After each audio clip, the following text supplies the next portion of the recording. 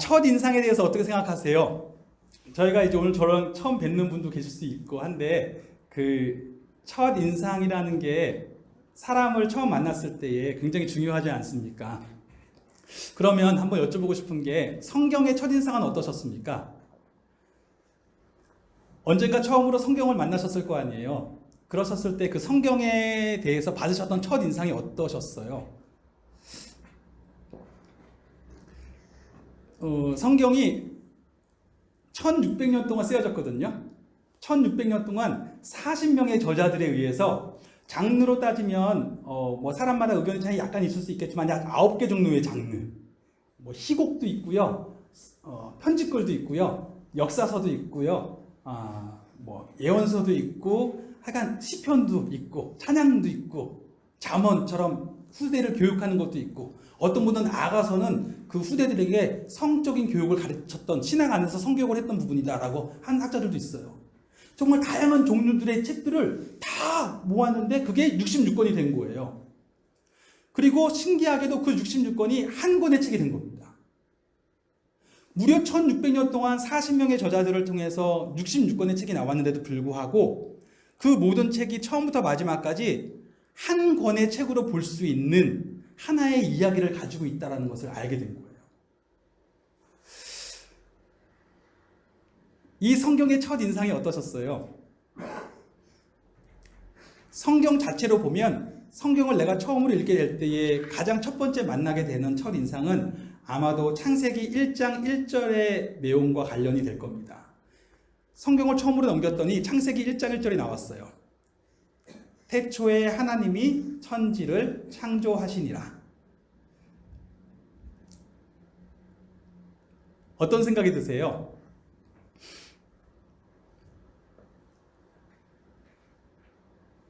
태초에 하나님이 천지를 창조하시니라 라는 말씀을 읽으셨을 때 어떤 이미지가 떠오르시나요? 시작? 그쵸? 시작이란 이미지가 떠오르지 않으세요? 실제로 창세기를 설명하시는 분들이 보통 시작의 책이다 라고 많이 이야기하십니다.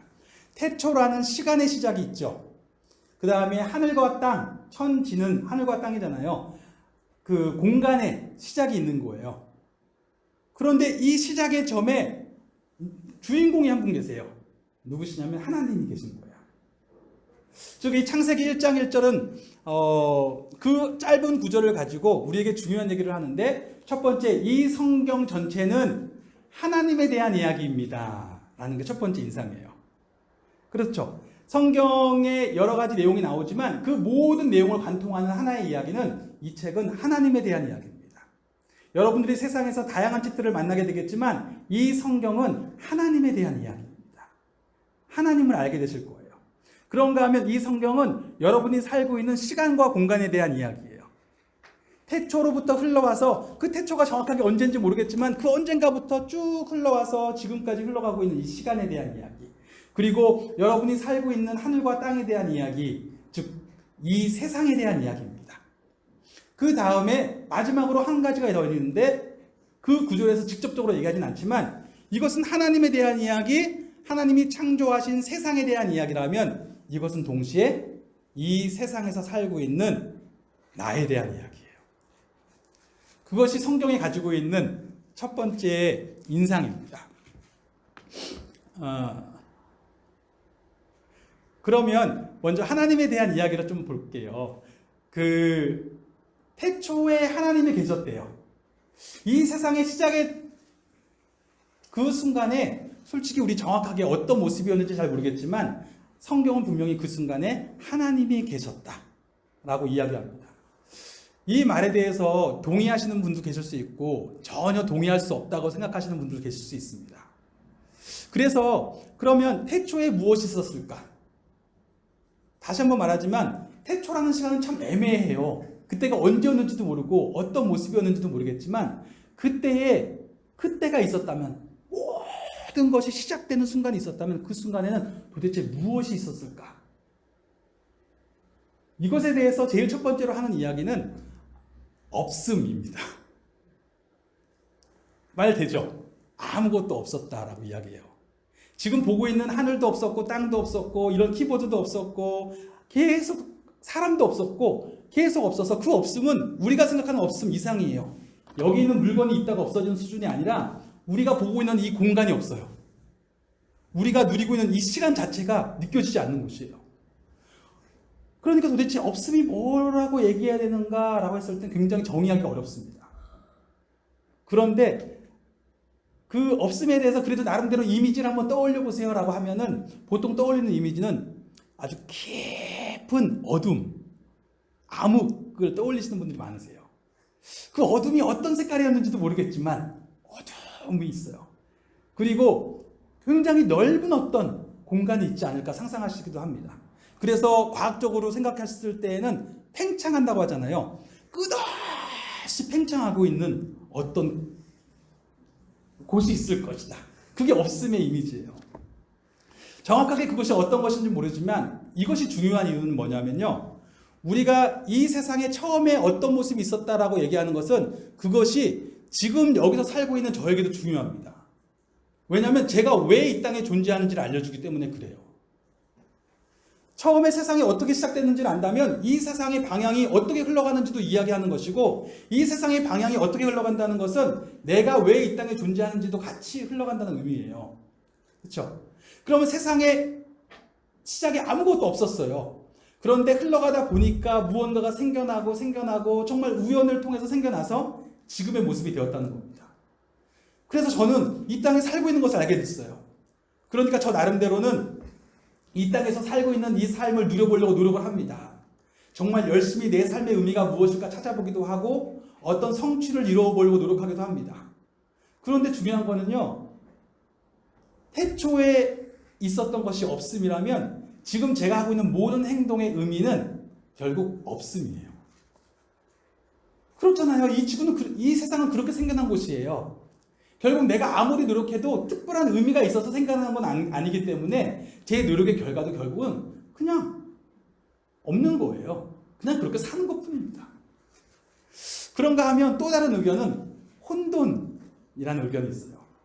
이거는 과학적인 버전과 비과학적인 버전 혹은 종교적인 버전과 비종교적인 버전이 있습니다. 종교적인 버전은 뭐냐면 수많은 신화들, 그리스 신화 읽어봤죠? 우리 어린이들은 그리스 신화 읽어봤죠? 그리스 로마 신화 읽어보면 제일 처음에 세상이 어떻게 시작하는지에 대한 이야기를 해요. 어떻게 시작해요? 아무것도 없는데 어떻게 세상이 만들어졌어요? 가이아가 거기서 나타나서 그렇죠? 누군지도 모르겠는데 어떤 신의 존재들이 생기기 시작해요. 그 신이 한 명이 아니에요. 여러 신들이 생기기 시작해요. 그 신들이 생겨서 막 투쟁하기 시작해요. 막 투쟁하다 보니까 또 다른 신들이 생겨나요. 그리고 또 다른 신들과 투쟁하다 보니까 갑자기 땅이 생겨나고 또 하늘이 생겨나고 별들이 생겨나고 그렇게 세상은 수없이 누군지는 모르겠는데 혼돈하고 있는 상황 속에서 충돌하고 갈등하다가 갑자기 하나씩 생겨나는 것이에요. 그런가 하면 과학적인 버전도 비슷해요. 그게 정확하게 뭐라고 설명해야 될지는 모르겠지만 양자라고 설명해야 될지 전자파라고 설명해야 될지 어떤 우주의 어떤 에너지라고 설명해야 될지 모르겠지만 어떤 힘들이 이렇게 있어요. 근데 그것들이 충돌하기 시작해요. 막 충돌해요. 충돌해서 어느 순간 폭발하기도 하고 어느 순간 무언가 결과물이 나오기 시작하는데 그게 우주예요. 실제로 과학적인 설명이 그렇게 가는 거예요. 그러면 오늘 우리 삶의 의미는 뭐냐면 결국 이 세계는 끊임없이 충돌하고 끊임없이 갈등하고 투쟁한 결과물로 흘러가고 있는 세상이에요. 즉 우리 삶의 의미도 똑같아요. 뭐냐면 특별하게 어떤 의미가 있다기보다는 그냥 부딪혀 살아가는 거예요. 그냥 만나서 부딪혀서 충돌하고 또 갈등을 겪고 그러다가 어떤 일이 벌어지면 그렇게 살아가는 거예요. 그게 삶인 거예요. 자, 그런가 하면 또 어떤 사람들은 뭐라고 얘기하냐면 태초에 힘이 있었다라고 얘기합니다. 힘. 이것도 종교적인 버전과 비종교적인 버전이 있습니다.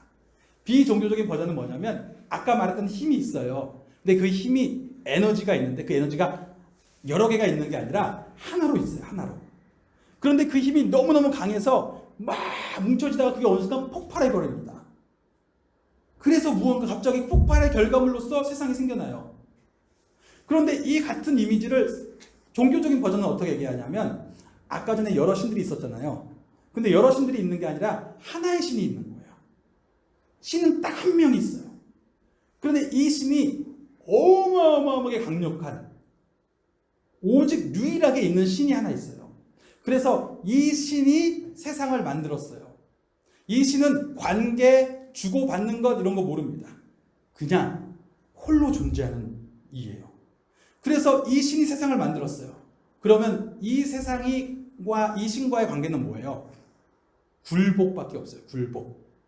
그리고 어떤 사람도 이 신에 대해서 반역할 수 없어요. 무조건 복종해야 되고 이 신과의 관계는 그냥 굴복해서 살아가는 노예의 관계입니다. 어쩌면 이 신에 대한 이야기를 들었을 때 성경적인 하나님이 저 하나님인가 보다라고 생각했을 수도 있습니다. 하지만 사실 이 신은 성경적인 신은 아니에요. 그러면 성경은 태초에 무엇이 있었다고 이야기하는가? 아까 말씀드렸던 것처럼 하나님이 계셨대요. 그런데 성경이 보여주고 있는 이 하나님의 이미지는 이 다른 이미지들과 좀 달라요. 그 이미지를 뭐라고 표현해야 될까 여러 가지 고민을 하는데 가장 거기에 맞게 찾아낼 수 있는 단어는 하나가 있습니다. 그것은 사랑이에요. 사실 사랑이라는 단어가 살아가다 보면 너무 사랑하다 보니 다 좀 진부하고 너무 그냥 고리타분하고 유치하게 느껴지기까지 해요. 그래서 사랑이라고 말하면 어느 순간 뭐 또 그런 얘기 막 이런 느낌이 들기도 합니다. 그럼에도 불구하고 성경이 보여주고 있는 하나님의 존재는 사랑의 이미지로 그려주고 있어요. 왜냐하면 창세기에 보니까 하나님이 계신데 신기하게 하나님이 한 분으로 계시지 않은 거예요. 하나님이 계신데 하나님의 영이 수면 위에 운행하시더라. 하나님의 영이라고 불리는 어떤 분이 계세요. 그런가 하면 하나님이 세상을 만드시는데 말씀으로 만드세요. 이 말씀이 나와서 세상의 존재가 있게 하시는 거예요. 신기하죠? 자, 그런데 이 세 분이 세상을 만드실 때 뭐라고 말씀하시냐면 우리가 우리의 형상을 따라 우리의 모양대로 세상을 만들자, 사람을 만들자라고 말씀하셨어요. 즉, 이 세 분의 관계, 이 세 분이 존재하는 어떤 모양이 있어요. 그것을 따라서 사람을 만드셨다고 얘기하는 거예요. 자, 그런데 이 태초라는 표현이 성경에 또 한 번 더 나옵니다. 어디에 나오냐면 요한복음에 나와요. 요한복음 1장을 보면 태초에 말씀이 계셨다. 이 말씀이 하나님과 함께 계셨으니 이 말씀이 곧 하나님이시다. 즉 하나님과 함께 계신 말씀이 나와요. 요한복음에서 이 하나님은 아버지로 보통 고백이 되어지고 이 오신 말씀은 하나님의 아들이라고 고백되어지고 그 요한복음에서는 그분이 바로 예수님이시다라고 소개가 되죠. 자, 그런가 하면 아버지가 예수님께 부어주신 성령이 있어요. 성령이 한량없이 부어주면서 예수님이 말씀을 하세요. 즉 아버지의 영이 계세요. 그리고 예수님은 이 아버지의 영 안에서 하나님 아버지의 사랑을 느끼고 그래서 하나님의 사랑의 확신 가운데 아버지가 자기를 보내신 일을 해요. 그리고 그렇게 예수님은 아버지를 한없이 사랑하고 아버지의 말씀을 찾고 아버지의 성령 안에 거하십니다. 또 예수님께서 택하신 사람들에겐 아버지의 영이 부어지고 예수님의 영이 부어지고 예수님의 사랑이 부어져요. 신기하죠? 하나님이 계신데 세 분으로 계신 거예요. 그런데 세 분이 신기하게 같은 본성을 가지고 계신 거예요. 세상에는 그런 존재가 없기 때문에 설명하기는 어렵지만 이 세 분의 관계가 분명히 다른 세 분이신데도 불구하고 끊임없이 하나님으로부터 영이 나오시고 그 영이 하나님을 증거하시고 그 영 안에 거하니까 하나님을 찾게 되고 그리고 또 그 하나님이 말씀하시고 그 말씀 안에서 하나님을 보게 되고 하나님이 사랑하시고 이 세 분이 서로를 향해서 끊임없이 바라보고 기뻐하시는 그 모습이 나오게 되는데 이 모습은 세상에 있는 단어로 표현하자니 사랑이라는 단어밖에 없는 거예요. 그 세 분이 하나의 본성으로 있는데 그 본성을 정확하게 설명하기 어렵지만 그 본성이 갖고 있는 것을 관계라고 본다면 그 세 분이 가지고 계신 관계는 사랑이라는 단어로만 고백이 되는 것입니다. 그래서 이렇게 존재하시는 하나님을 교회에서는 굉장히 고민했어요. 세상에 그런 존재가 없으니까 어떻게 이 하나님을 설명해내야 되는가? 이게 교회 역사에서 굉장한 고민이었어요. 그런데 성경 전체를 보면 계속 흘러가거든요, 그 고백이. 그래서 만든 단어가 하나 있는데 그게 뭐냐면 한국말로는 삼위일체예요.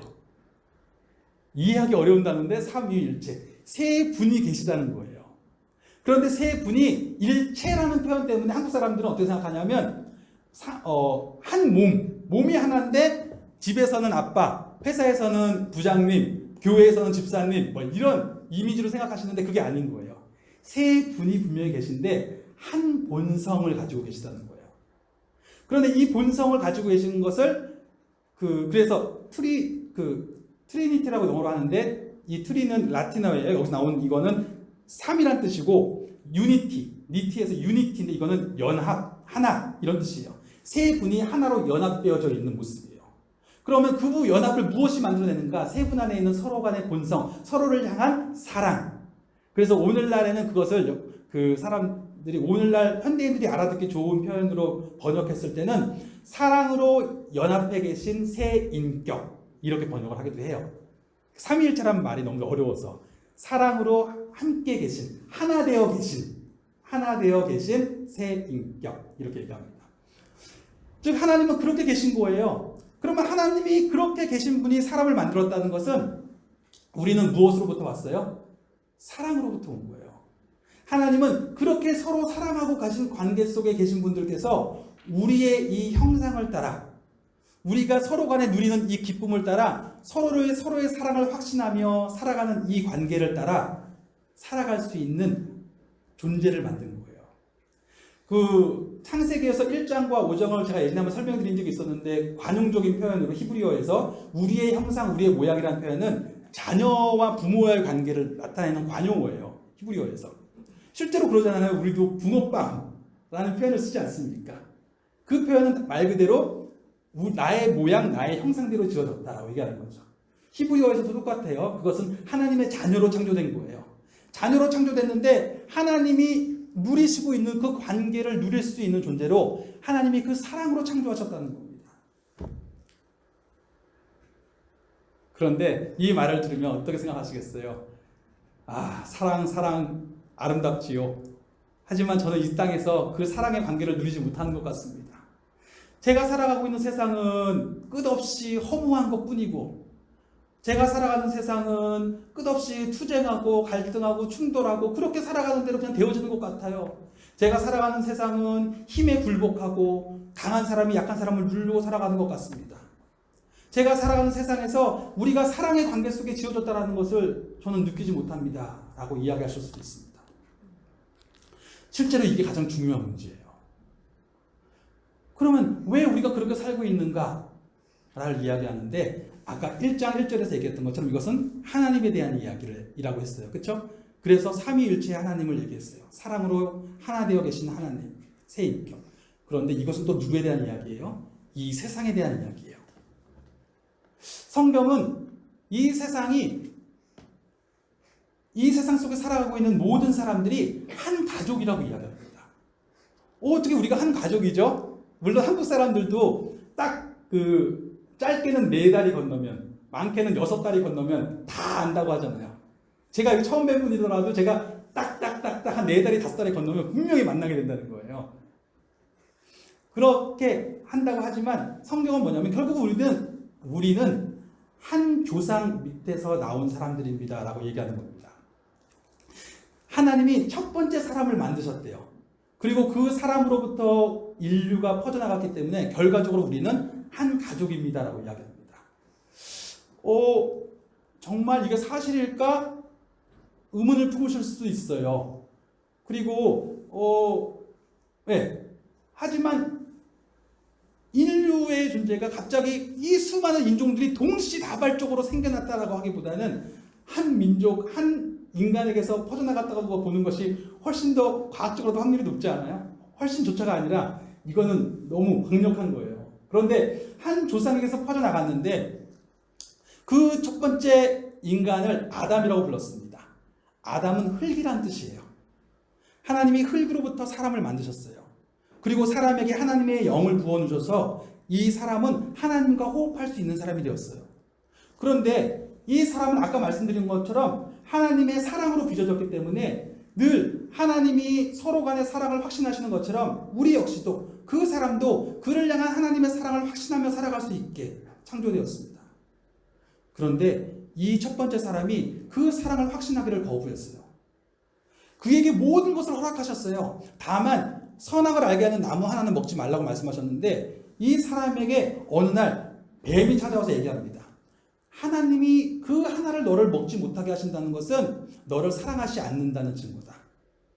실제로 하나님은 네가 잘 되기를 기뻐하지 않으신다라는 표현을 쓰는 거예요. 너가 하나님처럼 될까 봐. 너가 뭔가 대단한 사람이 될까 봐 하나님이 막으시는 거다라고 이야기를 하는 겁니다.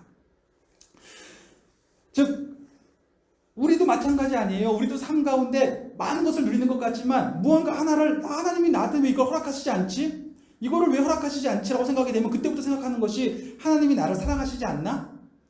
나를 사랑하시지 않는 건 아닌가? 사랑하신다면 이것도 허락하셔야 될 것 같은데 그런 마음이 들잖아요. 마찬가지로 아담에게 가서 그 얘기를 한 거예요. 하나님의 사랑에 대해서 불신하게 한 겁니다. 그리고 아담은 그 불신의 속삭임을 받아들였어요. 그래서 그로 말미암아 하나님으로부터 끊어지게 되었습니다. 그것이 죄이고 그렇게 하나님의 사랑을 불신하게 된 것이 죄이고 그 결과로서 그는 하나님으로부터 끊어졌어요.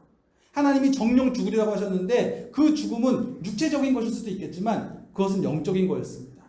더 이상 하나님의 사랑을 확신하는 그 관계 속에 살아갈 수 없는 존재로 떨어져 나가게 되었어요. 이것이 정말 사실일까? 이것이 정말 공평할까? 한 인간의 실수로 말미암아 이제부터 그 이후로 태어나는 모든 사람들, 아담의 후손으로 태어나는 모든 사람들은 태어나면서부터 하나님을 알지 못하는 존재로 태어난 거예요. 하나님으로부터 끊어진 존재로 태어나서 우리가 태어나면서부터 그 누구도 하나님을 자연스럽게 친밀하게 누리지 못하게 되는 이유가 거기에 있다라고 이야기하는 것입니다. 그러다가 어느 순간 살아가면서 하나님의 존재가 계실까라고 하게 되기는 하지만 처음부터 그것을 누리지 못하는 이유가 거기에 있다는 것입니다. 왜 첫 인간 때문에 우리가 그런 일을 겪어야 되죠? 라고 생각할 수도 있어요. 그런데 생각해 보세요. 나비 효과라는 말을 아시죠? 나비 효과. 저쪽 남아메리카에서 원래 경제학에서 나온 이론인데 이 작은 나비가 날개짓을 해요. 그런데 작은 나비가 날개짓을 하면 아무 의미가 없는 것 같지만 그 날개짓 때문에 꽃술이 움직이고 꽃술이 움직이면서 벌이 움직이고 벌이 움직이니까 새가 움직이고 새가 움직이다 보니 토끼가 움직이고 토끼가 움직이니까 호랑이가 움직이고 그러면서 점점 몸의 움직임들이 막 움직여지면서 연쇄적인 효과를 통해서 그것이 태평양을 건너가면 혹은 저 대서양을 건너가면 미국에서나 그런 아메리카에서는 태풍이 된다는 거예요. 즉 우리 삶은 생각으로 내가 나의 삶을 결정한다고 생각하며 살아가지만 실제로는 많은 부분에서 다른 주위에서 결정된 것에 의해서 영향받으며 살아간다는 것입니다.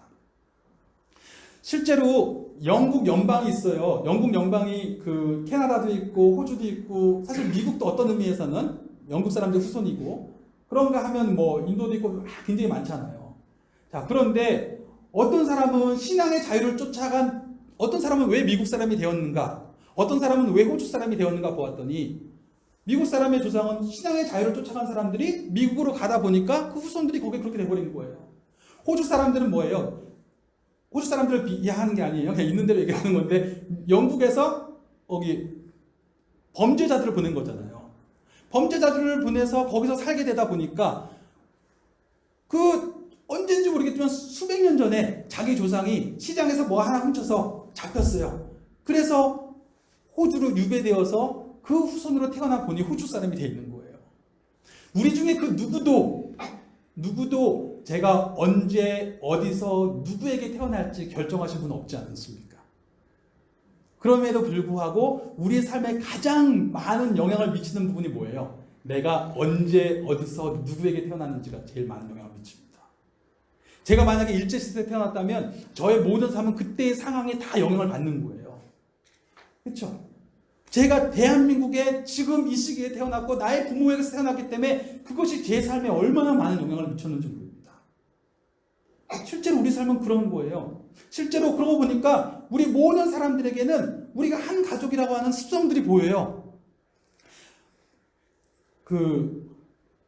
아담처럼 하나님을 불신하기로 했단 말이에요. 그러다 보니 우리에게는 어떤 마음이 있어요? 하나님이 나를 사랑하신다는 확신을 불신한 아담에게는 자연스럽게 그는 사랑을 받고 싶은 마음이 기본적으로 있는 거예요. 창조되었을 때에. 그렇게 창조되었기 때문에 모든 인류, 우리가 누구든지 간에 아까도 얘기했지만 사랑이라는 표현이 어쩌면 유치하게 보일 수도 있고 진부하게 들릴 수도 있지만 가만히 생각해 보면 우리 삶 가운데서 가장 위대한 것, 가장 소중한 것, 가장 내가 갈망하는 게 있다면 뭐예요? 사랑이에요. 자식을 향한 사랑, 부모를 향한 사랑, 배우자를 위한 사랑, 이웃을 위한 사랑, 다 정말 사랑받고 살고 싶은 거예요. 사람들은 사랑하고 살고 싶은 거예요. 내가 아무리 많은 물질이 있어도 사랑받고 살지 못한다라는 그것이 있으면, 이것이 나를 사랑하지, 내가 사랑받는다는 게 없으면 끝인 거예요. 결국 사람들이 그 사랑받는다는 감정을 찾기 위해서 많은 것을 쫓아가는 겁니다. 돈을 쫓아가요. 왜요? 그 돈이 나로 하여금 사랑받는다는 그 느낌을, 내가 소중한 사람이라는, 누구에게 정말 사랑받는 존재라는 그 느낌을 불러일으킬 수 있다고 믿는 거죠. 그런 다음에 명예를 쫓아가요. 사람들이 나를 존경하고 있다라고 하는, 사랑한다는 느낌을 찾고 싶은 거예요. 가족을 쫓아가요. 왜요? 가족 안에서 사랑을 느끼고 싶어서 그래요. 사람들의 관심을 쫓아가요. 아니면 주말마다 레저를 가요. 어딘가로 가서 자기가 하고 싶은 취미 활동, 요즘 흔히 말하는 것처럼 뭐 소확행이라고 이야기하든지 취미 활동이라고 이야기하든지 뭔가를 합니다. 왜요? 내가 소중한 사람이라는 것, 내가 사랑받는다는 이미지를 받고 싶은 거예요. 그것이 사람의 마음이에요. 그런데 그것이 기본적으로 하나님께 그렇게 창조되었기 때문에 그것이 우리에게 가장 소중하고 중요한 것이에요. 그런데 내가 그것을 누려야 되는데 하나님의 사랑을 거부하고 하나님의 사랑을 신뢰하지 않게 됐으니 이제 나를 사랑해 줄, 나는 확신을 들게 해줄 무언가가 필요하잖아요. 그것을 쫓아가다 보니 아까 말했던 그런 것들을 다 쫓아가는 거예요. 그런데 안타깝게도 그것이 나를 사랑한다는 감정으로 확신시켜 주는가? 그게 쉽지 않습니다. 그것이 나를 정말 사랑한다고 하는 감정을 주려면 나는 내가 그것이 원하는 조건을 충족시켜 주는 사람이 돼야 돼요. 돈을 어마어마하게 많이 벌어야 되고 명예가 어마어마하게 있어야 되고 사람들의 인기를 절대로 이루면 안 되고 건강을 절대로 이루면 안 되고 나는 가족관계에서나 그런 것들이 절대로 어려움이 있으면 안 돼요. 그런데 우리 삶이 그렇지 않잖아요. 반대로 그것들이 나를 만족시켜주지 못해요. 그러니 늘 불안할 수밖에 없고 두려울 수밖에 없습니다. 그런가 하면 다른 사람들이 결국 그 모든 것 가운데 핵심은 뭐냐면 결국 내가 나를 행복하게 해줄 수밖에 없어. 그래, 누가 나를 사랑해 주겠어. 예전에 라디오를 들어보니까 라디오에서 그 DJ가 My Prayer라는 그 노래입니다라고 얘기하면서 이렇게 얘기하는 거예요. 그렇죠. 내가 날 위해서 기도해야지 누가 날 위해 기도하겠어요. 그런 얘기하는 거예요. 정말 날 위해서 기도하는 사람, 내가 나를 사랑해야 돼라는 생각이 있으니까 결국 우리의 삶은 그럴 수밖에 없어요. 누군가 나를 정말 근원적으로 사랑해준다는 그걸 못 느끼기 때문에 내가 나를 사랑해야 된다는 마음이 있을 수밖에 없고, 그것은 결국 우리로 하여금 이기적일 수밖에 없게 만드는 겁니다. 그건 어쩔 수 없는 거예요. 이기적일 수밖에 없어요. 누군가 서로를 돕는 것 같지만 저 사람이 나의 앞길을 막으면 저는 이기적일 수밖에 없습니다. 그런가 하면 내 삶 가운데 사실은 제가 좋은 길을 가야 된다는 걸 알고 있어요. 이렇게 가면 잘 될 거라는 걸 알고 있지만 때로는 내 삶을 제일 망치는 사람이 누군가 봤더니 저 자신 같은 거예요. 바울이 고백한 것처럼 내가 원하는 바는 행하지 않고 원치 않는 바만 행하는 거예요. 내가 분명히 여기서 이렇게 말하고 그 사람을 이렇게 품어주고 이렇게 행동하면 좋았을 것 같은데 나도 모르게 정말 그 사람에 대해서 너무 잔인한 말을 하는 거예요. 내가 이 말을 하면 안 됐었는데 잔인한 말을 하고 내가 이렇게 행동하면 안 됐었는데 그런 행동을 하는 거예요. 그렇게 무너지는 저를 보는 거예요. 뭐가 쉬워서 그런가? 아니요. 뭐가 쉬운 것처럼 보였을지 몰라도 결국은 우리 안에 있는 그 깊은 내면, 아담의 후손으로 타고난, 마치 살이 뼈에 붙어있는 것처럼 우리는 아담의 후손으로 태어나면서 이미 하나님을 떠나서 불신 가운데 살아가면서 있는 그 습성이 우리 안에 있는 거예요. 결국 그 습성 가운데 그것들이 모두 다 끌어나오는 겁니다. 결국 그 결과는 무엇이냐면 아담에게 주어진 것처럼 우리는 영적으로 소멸되어져 가는 존재일 뿐인 거예요. 이 땅에서 우리의 삶의 습성들의 끝은 소멸밖에 없는 거예요. 육체적으로도 사실이지만 영적으로도 내가 마치 크리스마스 나무와 같은 거죠. 이 나무와 같은 거죠. 이번 주 우리 교회 경찰이 한 번 오셨는데 무슨 일이 있어서 경찰이 오셨다가 이 나무에 대한 얘기만 하고 가는 거예요. 나무 이거 얼마짜리냐고. 설마 진짜는 아니죠. 분재라면 이거 뭐 어마어마할 텐데. 네? 다 가짜잖아요. 그런데 크리스마스 나무도 얼마나 예뻐요. 각종 장식을 하고 그것을 보면서 많은 사람들이 좋은 인상을 받고 정말 그 나무 자체로 좋은 일을 하는 거죠. 하지만 그 끝은 어디에 있습니까? 결국 쓰레기통에 가요. 왜요? 이것은 생명의 근원으로부터 끊어져 있으니까. 지금 보기 좋아 보일지 몰라도 결국은 소망이 없는 거예요. 하나님으로부터 끊어져 있기 때문에 지금 당장은 안 그런 것처럼 보일지 몰라도 육체적으로뿐만 아니라 영적으로도 결국 나를 사랑해 주시는 그분과의 관계 속에 있지 못하기 때문에 나의 생명을, 나의 사랑을 강구하기 위해서 여러 가지를 찾아다니지만 결국 하나님으로부터 끊어져 있는 결국 영적인 죽음의 상태로 살다가 죽고 나서도 그렇게 유지되는 것입니다. 성경은 예수님은 그 모습을 뭐라고 말씀하셨냐면 바깥 어두운 곳에 던져져 슬피 울미 있으리다. 이를 갈미 있으리다. 이렇게 표현했어요. 내가 나의 삶에 대해서 다른 소망이 없는 거예요. 그런데 굉장히 끔찍하잖아요. 결국 내가 아담의 후손으로 내 부모, 내 첫 번째 인간이었던 아담의 행동의 결과로 말미암아서 나는 결국 하나님으로부터 끊어져서 아담의 습성들을 지니고 살아가다가 결국 그 결과대로 나 역시도 죽음으로밖에 나의 인생이 끝나지 않는구나 라는 것을 이야기했을 때 얼마나 안타깝습니까? 그런데 하나님께서 그것을 원치 않으셨던 거예요. 성경 여기저기를 보면 하나님이 계속해서 말씀하시는 바가 있는데 그것은 무엇이냐면 나는 나의 백성이 멸망하기를 원치 않는다. 이거예요. 하나님이 그렇게 창조하신 분이기 때문에 그 사랑의 확신 가운데 그것으로부터 생명을 얻어 살아가기를 원하셨는데 이 사람들이 그 사랑으로부터 끊어져서 그 사랑을 확신을 누리지 못함으로 인하여서 안타깝게 살아가는 모습들이 있지만 그것으로 인하여 멸망하기를 원치 않으신다라는 말이 성경 전체에 계속 반복돼서 나와요. 멸망하기를 원치 않으신다. 그래서 하나님이 선택하신 것이 무엇이냐면 첫 번째 아담이 그로 말미암아 모든 사람이 아담의 가족들이 다 그 결과를 맞이하게 된 것처럼 두 번째 아담을 보내시기로 하신 거예요. 세 사람을 보내셔서 이 사람이 새로운 가족을 이루게 하시겠다라고 말씀하신 겁니다. 그것을 구약 성경 전체에서 여러 가지 얘기를 통해서 하나님이 보낼 사람에 대해서 약속을 하신 것이고 나중에 신약에 오면 예수님이 오셨을 때에 요한복음 같은 경우에 우리 최근에 보았던 요한복음에서도 예수님이 바로 하나님이 그렇게 보내신 분, 하나님의 아들로 오신 분이라고 이야기하는 겁니다. 그분은 하나님의 아들이셨어요. 분명히 하나님께 속한 분이었고 사람들은 예수님을 통해서 하나님을 보았습니다. 예수님의 말씀을 들으면서 하나님이 정말 계시구나. 하나님이 나를 향한 뜻이 사랑이구나 하는 것을 알게 되었고 예수님이 찾아다니시면서 하시는 일들을 보면서 하나님의 마음이 저것이구나 라는 것을 알게 되었습니다. 그분은 분명히 하나님이셨어요. 그런데 그분이 왜 하나님이 신기하게 하늘에 계시지 아니하시고 우리 가운데 오신 거예요. 하나님이 우리 가운데 오셔서 우리의 가족이 되시겠다고 오신 거예요. 첫 번째 크리스마스 날. 크리스마스가 무슨 날인지 알죠? 크리스마스는 예수님이 탄생하신 날이에요. 지금으로부터 2000년 전에 첫 번째 크리스마스 날 하나님의 아들이 아주 가난한 가정에 태어났습니다. 그리고 태어나서는 얼마 후에 죽음을 피해서 도망 다녀야 했어요. 그리고 돌아와서는 저 이스라엘의 북쪽 변방에서 한 작은 마을에 살게 됩니다. 그리고 육신의 아버지를 따라서 건설 노동자가 돼요. 그러다가 어느 날 30살이 되었을 때에 사람들이 세례를 받고 있는 요단강이라고 하는 터가 있었는데 거기에 갑자기 이분이 나타나세요. 세례는 어떤 것이었냐면 이스라엘 사람들은 그 하나님의 구약 말씀을 통해서 하나님의 존재가 계시구나라는 걸 알게 되었어요. 그런데 우리가 이렇게 하나님으로부터 떠나서 우리가 이 아담의 후손으로서 우리의 삶이 하나님으로부터 끊어진 삶을 살고 있습니다. 우리의 삶이 이 문제가 해결되기를 바랍니다. 하나님의 사랑의 확신 가운데 살아가는 그 삶을 다시 살기를 원합니다. 하면서 자신의 그 연약함들을 고백하기를 원했어요. 그 고백하는 자리가 세례터였어요. 그 세례를 받는 자리에 예수님이 나타나신 거예요. 왜요?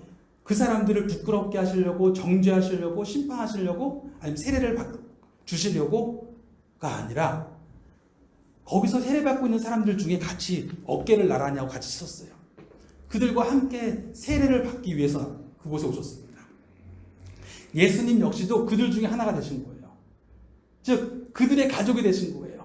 나도 그들 중에 하나로서 그들이 살고 있는 삶에 대해서 내가 책임이 있다라고 하는 고백으로 그곳에 서신 거예요. 그 이후부터 예수님의 삶은 말 그대로 그들과 하나가 되신 삶을 살아가신 겁니다. 그래서 예수님은 그때부터 사람들을 찾아다니시는데 어떤 사람들을 찾아다니시냐면 병들고 아프고 억눌리고 가난한 사람들이 죄인이라고 멀리했던 사람들만 쫓아다니시는 거예요. 그러니까 종교적인 사람들이 말해요. 당신이 하나님으로부터 왔다면 의롭고 종교적인 사람들, 뭔가 하나님을 잘 찾는 사람들을 찾아다녀야지 왜 이렇게 하나님을 찾지 않았고 뭔가 범죄한 사람들을 찾아다닙니까? 라고 말하죠. 모자른 사람들을 찾아다닙니까? 그런데 예수님이 말씀하시기를 아픈 사람에게 의사가 필요한 거지 건강한 사람에게 필요한 것이 아니다. 나는 죄인을 구원하러 온 것이지 의인을 부르러 온 것이 아니다. 즉 하나님의 아들이 구덩이에 띄워주셨어요. 그래서 구덩이에 빠진 사람들과 하나가 되셨어요. 그들의 챔피언이 되셨는데 이제 그분은 어떤 사람들을 위해 오신 거냐면 자신이 구덩이에 빠졌다는 걸 아는 사람들을 위해 오셨다는 거예요. 내가 구덩이에 빠져서 여기서는 생명이 없다는 걸 아는 사람들을 위해서 오셨다는 거예요. 그래서 그들의 챔피언이 되시기 위해서, 그들과 하나가 되시기 위해서, 그들의 가족이 되시기 위해서 오셨다는 겁니다. 결국 이 구덩이에 빠진 사람들의 결과는 뭐예요? 영적으로 죽는 것밖에 없었어요. 그런데 예수님이 말씀하시는 거예요. 아닙니다. 이제 내가 저들의 가족이 되었고 저들 중에 하나가 되었으니 내가 저들의 죽음을 대신 담당할 것입니다. 내가 내 가족의 값을, 가족이 치러야 될 죽음의 값을 내가 대신 치를 것입니다. 그것이 속량이라는 개념이에요. 속량, 값을 대신 치르다. 예수님이 십자가에 달려서 이미 그것은 이사야 선지자를 통해서 말씀하신 거예요. 그가 찔림은 우리의 허물을 인하며 그가 상함은 우리의 죄악을 인함이라. 그가 징계를 받음으로 우리가 나음을 입고 그가 채찍에 맞음으로 우리가 나음을 입었도다. 즉 하나님께서 보내시는 사람이 우리 중에 하나가 되어서 우리와 가족이 되어서 우리의 가족이 치러야 될 죽음의 값을 그가 대신 치르심으로 말미암아 그가 죽으심이 우리의 죄의 값이 같이 죽는 것으로 하게 하셨다는 것입니다. 그리고 약속이 또 하나 있었는데 그것은 무엇이냐면 그가 3일 후에 하나님이 그를 다시 이렇게 세우신다는 거예요. 다시 이렇게 세우실 때는 중요한 의미가 있어요. 그가 나의 값을 대신 치렀어요. 나의 삶을 나와 하나가 되셔서 나의 가족이 되셔서 내가 치러야 될 값을 대신 치르셨어요. 그러니 이제 나는 누구의 것이냐면 나의 값을 치른 그분의 것이에요. 이제는 다시 살아나신 그분과 함께 나는 그분의 것으로 그분과 하나가 되어서 살아가게 하셨다는 것입니다. 그것이 부활이 고백하는 중요한 고백이에요. 첫 번째는 그 부활을 통해서 그가 그 전에 말씀하신 대로 정말 하나님을 보았는데 정말 이분이 하나님으로부터 오신 분인가? 라는 의문이 있었거든요. 그 의문을 부활을 통해서 확신하게 하신 것이고 그리고 또한 부활을 통해서 이제 다시 살아나신 하나님과 이 예수님과 이제 그와 하나가 되었기에 우리에겐 새로운 생명이 열린 거예요. 뭐예요? 살아나신 예수님과 나는 하나가 되었어요. 그렇죠? 그러니까 어떤 일이 벌어졌냐면 예수님의 아버지가 나의 아버지가 된 거예요. 예수님과 함께 계셨던 성령님이 나의 성령님이 된 거예요. 나는 예수님과 가족이 된 거예요. 우리가 세례를 받잖아요. 세례를 받는 건 예수님이 세례를 받으신 거는 예수님이 우리의 가족이 되기 위해서 받으신 거지만 우리가 세례를 받는 것은 우리가 예수님의 가족이 되었습니다를 고백하는 겁니다. 즉 이제 나는 예수님과 하나가 되었어요. 나는 예수님의 소유가 되었어요. 그래서 나의 삶의 자리를 인정하고 하나님께서 나를 다시 그 사랑의 관계 속으로 초대해 주셨던 즉 하나님께서 나에게 오셔서 나와 하나가 되셔서 나로 하여금 다시 하나님과 가족이 되게 하셨다는 것을 고백하면서 나오는 사람들에게는 하나님이 하나님이 다시 그의 성령을 그에게 부어주시고 그는 이제 하나님을 아버지라고 부를 수 있게 된 거예요. 그것이 우리가 그리스도인으로서 경험하는 기도의 실제입니다.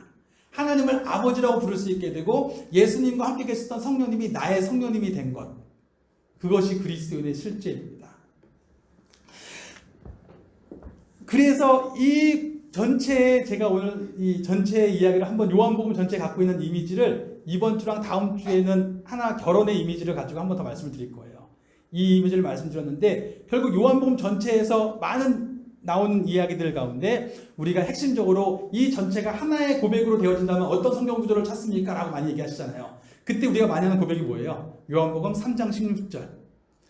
그것이 이 고백입니다. 하나님이 세상을 이처럼 사랑하사 독생자를 주셨으니 이는 저로 그를 믿는 자마다 멸망치 않고 영생, 생명을 얻게 하려 하십니다. 영생은 영원한 어떤 시간에 대한 이야기가 아니라 지금에 대한 이야기예요. 관계에 대한 이야기입니다. 지금 내가 하나님 아버지와의 관계 속에 살아갈 수 있는 존재가 된 거예요. 이 생명을 누리시기를 바랍니다.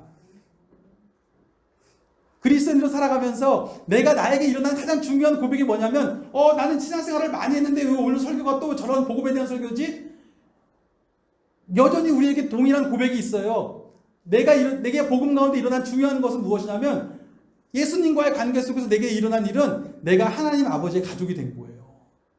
내가 하나님을 아버지라고 부를 수 있게 된 거예요. 그렇게 아버지니까 기도할 수 있게 된 것이고 성령님이 나의 성령님이 된 거예요. 내가 할 때마다 일할 때마다 예수님이 성령 안에서 말씀하시고 성령 안에서 일하셨고 성령 안에서 아버지의 사랑을 확신하셨던 것처럼 나도 성령님께 날마다 나아가는 겁니다.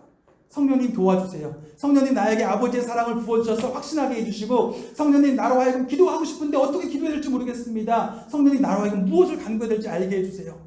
성령님 나로 하여금 이 순간에 아버지가 나에게 어떤 뜻을 품고 계신지 알게 해주세요 라고 기도하는 것입니다.